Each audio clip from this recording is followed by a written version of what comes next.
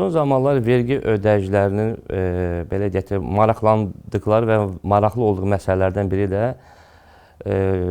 ümidsiz debitor borclarının, daha doğrusu desək ki, iddia müddəti keçmiş debitor borclarının əlavə dəyər vergisi məqsədləri üçün cəlb olunması məsələləridir. Yəni əlbəttə ki, bu bu çox maraqlıdır həqiqətən. Son zamanlar vergi orqanlarda bu məsələlərlə bağlı xüsusi iradlarını bildirilər. Mən də belə deyək də, belə audit olaraq deyərdim, bu çox ciddi də bir addımdır. Bu məsələ vergi məcəlləsi 166-cı maddəsi və alt maddələrlə tənzimlənir. Bəli, maddədə konkret yazılmışdır ki, iddia müddəti keçmiş debitor borcları əlavə dəyər vergisi məqsədləri üçün dövrəyə sayılır. İndi məsələni biraz da belə deyək, yəni dərindən yanaşaq, xırdalayaq, iddia müddəti keçmiş debitor borcları nə deməkdir? Əlbəttə, bu artıq iddia müddəti məsələsi vergi məcəlləsində yox, Azərbaycan Respublikasının mülki məcəlləsində tənzimlənir. Mülki məcəllənin buna bağlı xüsusi bir fəsil də vardır və maddələr də vardır. Əsas ana maddə kimi 373-cü maddədir, 380-cı maddədir. 373-cü maddənin tələblərinə görə ümumi iddia müddətləri vardır, ümumi müqavilələr üzrə iddia müddəti vardır. Bu da 3 ildir.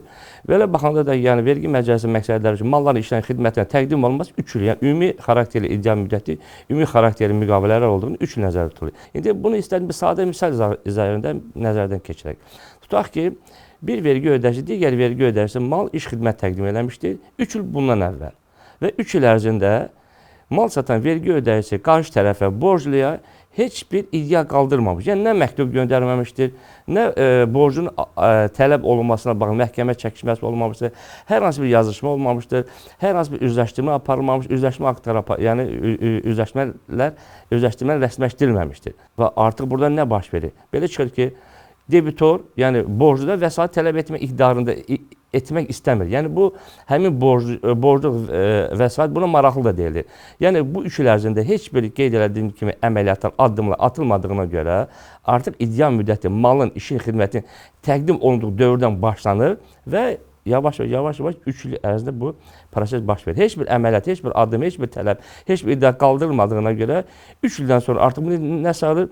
Ümidsiz debitor borcu sayılır və vergi orqanları həqiqətən də ümidsiz yox, üzrsən, həm ümidsiz, həm də iddia müddəti keçmiş debitor borcu sayılır. Vergi orqanı həqiqətən də həm kommunal vergi yoxlamaları zamanı, həm səyyar vergi yoxlamaları zamanı haqlı olaraq bunu vergi ödəyicidən tələb edirlər. Yaxşı, indi ikinci bir sual çıxır ki, meydana vergi ödəyici bu halda nə etməlidir? Həqiqətən bu ağır bir addımdır, ağır bir şeydir. Hər hansı bir vəsait almamışdan əvvəl hər hansı bir əlavə olan vergilərin ödənilməsidir. Yəni ortalığa çıxır. Bu zaman vergi ödəyici nə etməlidir? Bu da misal üzərində, həmin misalın davamı kimi istədim izah edim. 2 il 11 ay ərzində vergi ödəyici heç bir bayaq qeyd edilən addım atmamış. Amma 12-ci ay artıq, 12-ci ayda artıq, bəli, vergi ödəyici borcluya məktub göndərə bilər. Onlayn, bu da bilirsiniz, onlayn kərkuzarlıqda bütün məktub, rəsmi məktublar sayılır. Onlayn kərkuzarlıq fonuna məktub göndərə bilər, əlbəl məktub göndərə bilər, poçta məktub göndərə bilər, məhkəmə iddiası qaldıra bilər və hər hansı bir iddia ərizəsi təqdim edə bilər və yaxud da ki, üzləşdirmə apara bilər. Bütün bu addımlar artıq nə sayılır?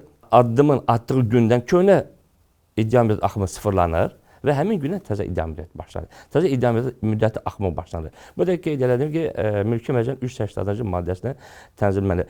Yəni, burada əsas məqsəd vergi ödəyicilər bu məsələ çox diqqətli olmalıdır. Yəni, əlavə olaraq nəyə görə belə deyək də vergi ödəməli və yaxud da ki, nəyə görə öz hər hansı bir buna borclu olduğu belə deyək də borcunu tələb etməməlidir və həqiqətən də bu məsələlərdə yəni çox ciddi olmalıdır. Başqa bir məqam da vardır.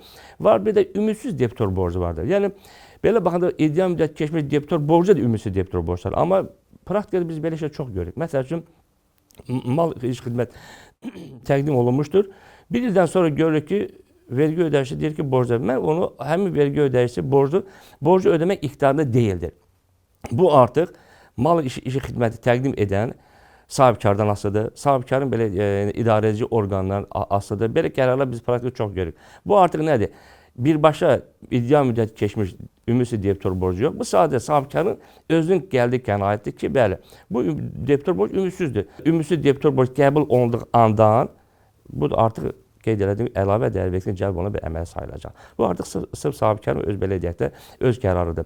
Həqiqətən praktikada bu belə şey biz nəyə çoxlara rastlaşırıq? Xırda əməliyyatlarda görürsünüz, bəli, sahibkarlar bəli debitor borclarını bağışlayırlar. Burada başqa bir mövzu da vardır. Sahibkar qərarlaşır, bəli, məsələn 1000 manat, 2 manat, 3 manat, 5 manat debitor borcu var. Bu qərarlaşır, bu ümidsiz kimi qəbul olunsun. Amma həmin sahibkar mühasibatı bunun xəbəri olmur.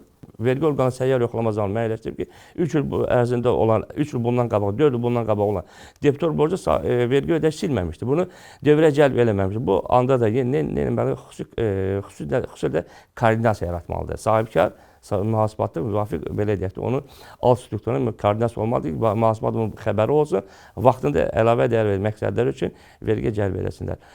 Sonda bildirmək istəyirəm, həqiqətən bu məsələ çox ciddidir. Son zamanlar, son illərdə biz görürük, vergi orqanları həm kameral, həm səyyar vergi yoxlama zamanı buna çox ciddi iradlar qaldırırlar və praktik bir rastlanma məsələsi biri odur ki, həqiqətən əlavə vergilər hesablayırlar.